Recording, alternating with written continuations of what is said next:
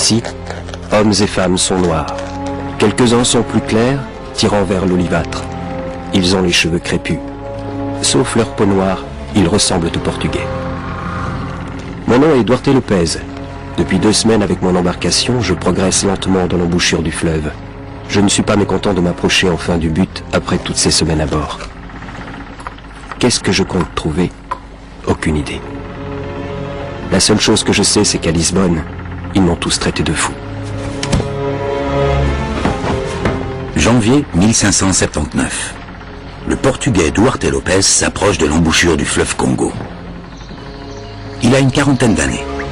Aucun blanc avant lui n'a décrit cette région, encore totalement inconnue en Occident. En s'enfonçant avec sa caravelle en terra incognita, c'est de fortune dont rêve le négociant Duarte Lopez. Il vient en Afrique chercher des esclaves pour les envoyer en Amérique, récemment découverte par Christophe Colomb.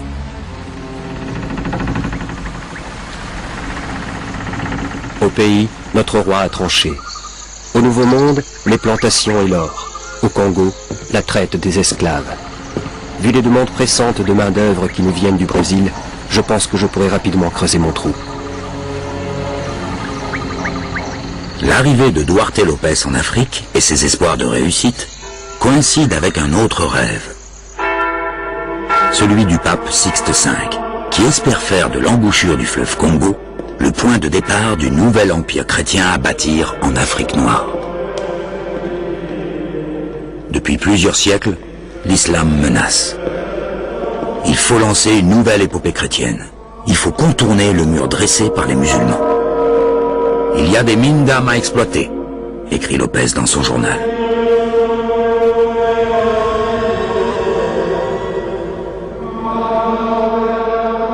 Rares sont pourtant les Européens comme Duarte Lopez à oser tenter leur chance en terra incognita. On ne recense que quelques commerçants, quelques missionnaires, parfois les deux en même temps.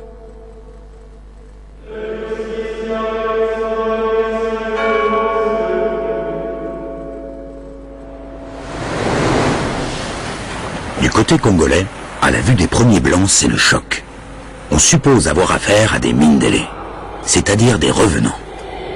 Suivant les croyances des peuples du Congo, les ancêtres vivaient au fond de l'océan et revenaient sur Terre sous des traits de couleur blanche.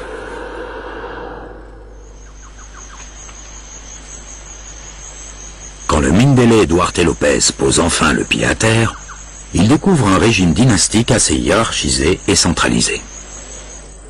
Ce régime repose sur des gouverneurs de province nommés et révoqués par le roi. L'installation des premiers blancs en terre africaine va faire vaciller les fondations de ce royaume ancestral.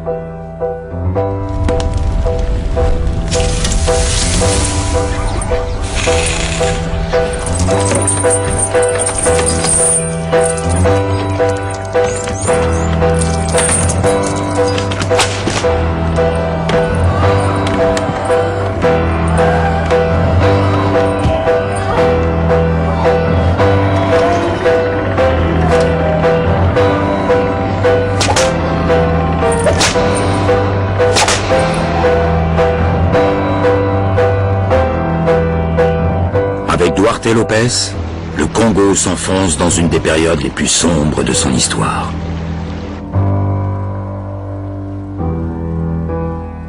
Pendant plus de 3 siècles, l'esclavage va progressivement décimer la région.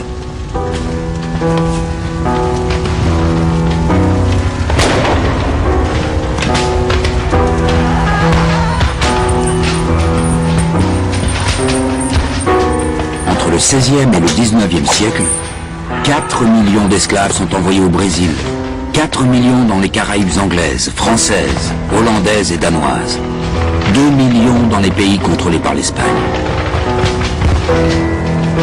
Pendant ces 3 siècles, avec la complicité de négriers arabes et africains, les Européens exporteront près de 5 millions d'esclaves par l'embouchure du fleuve Congo.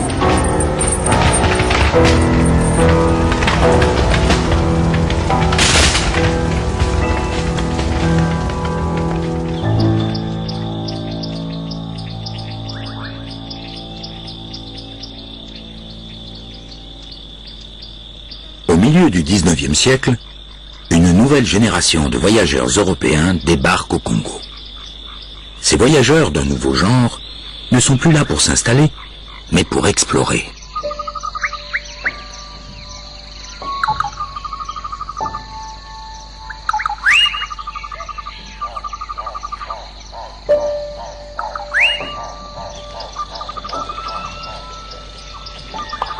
Des lettres d'explorateurs et de voyageurs choqués par ce qu'ils ont vu en Afrique. J'en ai reçu des dizaines.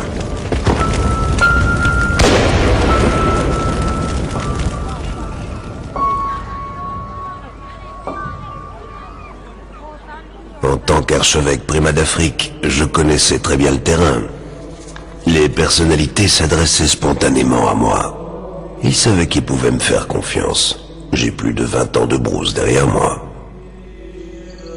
Le cardinal Lavigerie est un des pionniers de l'implantation occidentale en Afrique.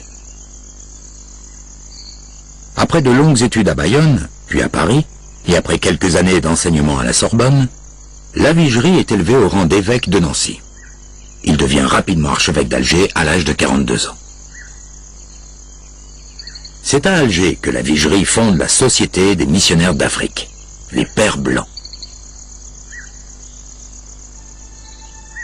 En quelques années à peine, la congrégation religieuse compte déjà près de 300 missionnaires dans 6 pays.